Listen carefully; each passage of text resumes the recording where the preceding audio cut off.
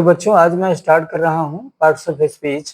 जैसा कि मैंने कल बताया था कि आज मैं पार्ट्स ऑफ स्पीच स्टार्ट करूँगा, तो मैं इसे स्टार्ट कर रहा हूँ। और आप लोगों से एक रिक्वेस्ट है कि आप लोग चैनल को सब्सक्राइब कर लीजिए, क्योंकि जब आप इसे सब्सक्राइब कर लेंगे तो यह वीडियो प्रतिदिन जो मैं वीडियो डालूँगा, पोस्ट करूँगा, वो आपके पास पहले पहुँचेगा और इस तरह से आप उसको नोट कर पाएंगे, सीख पाएंगे। तो और वीडियो अगर पसंद आए तो उसे लाइक भी करेंगे। तो चलिए स्टार्ट करते हैं parts of speech. All the words in English are divided into 8 classes according to the work they do in a sentence. Each part is called a part of speech. इसका अर्थ हुआ कि all the words in English मतलब अंग्रेजी के सारे शब्दों को are divided into 8 classes मतलब कि 8 भागों में बांटा गया है।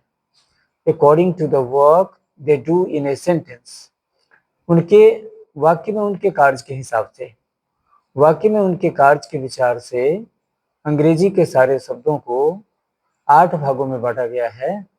Each part is called a part of speech, प्रत्येक भाग को पार्ट ऑफ स्पीच कहते हैं। तो फिर इसका डिफिनेशन आप हिंदी में भी दिया हुआ है यहाँ, जैसे अभी अभी हमने उसका एक एक करके अर्थ बताया लाइन बाय लाइन। तो फिर से इस पर इसको देख लीजिए।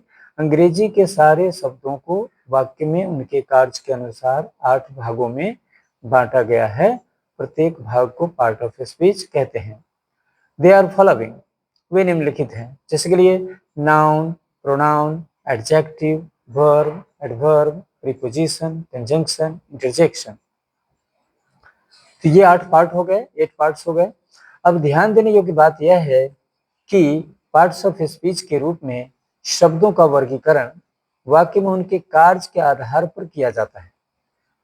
जैसे के लिए मैं 2-4 शब्द लूंगा और आपको ये बताऊंगा कि किस तरह से ये वाक्य में जब प्रयोग होगा तो वाक्य में प्रयुक्त होने पर इनका कौन सा रूप होगा, वो नाउन होगा या प्रोनाउन होगा या एडजेक्टिव होगा।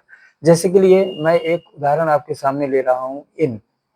अब इन का प्रयोग आप देखिए, जब हम कहते हैं कि द बॉयज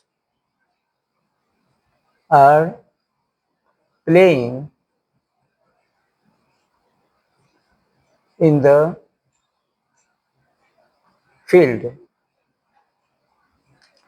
तो यहाँ पर जब हम कहते हैं the boys are playing in the field, तो यहाँ इन जो है यह प्रीपोजिशन है, क्योंकि इन, प्लेइंग और द फील्ड दोनों को, ये दोनों के बीच एक संबंध स्थापित कर रहा है कि बच्चे खेल रहे हैं तो कहाँ खेल रहे हैं, वो मैदान में खेल रहे हैं।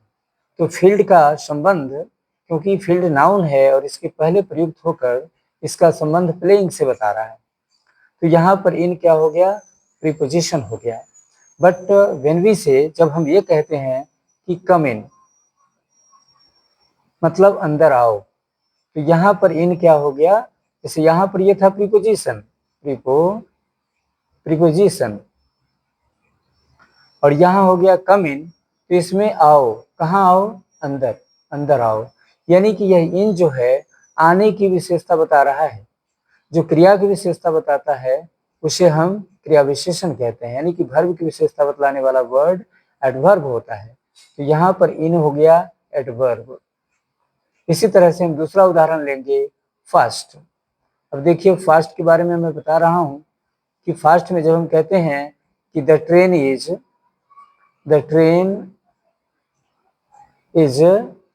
Fast, the train is fast, तो यहाँ पर फास्ट जो है सो एडवर्ब है, एडजेक्टिव है।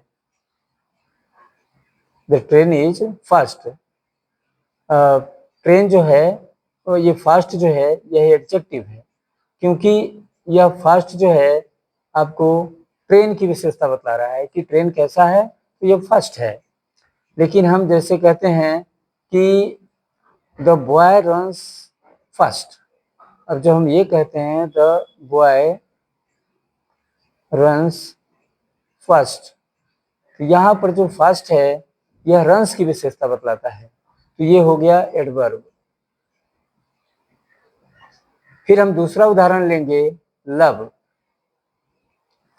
जैसे के लिए हम ये कहते हैं कि she is my love, she is my love. तो यहां पर लव का मतलब हो गया कि नाउन हो गया ये। और जब हम कहते हैं कि आई लव हर, कि मैं उसे प्यार करता हूं, तो यहां पर लव क्या हो गया, ये वर्ब हो गया। इसी तरह से नेक्स्ट वर्ड है दैट। जब हम कहते हैं कि दैट इज अ चेयर, यहां पर क्या हो गया, दैट हो गया प्रोनाउन। और जब हम कहते हैं कि दैट चेयर इज माइन,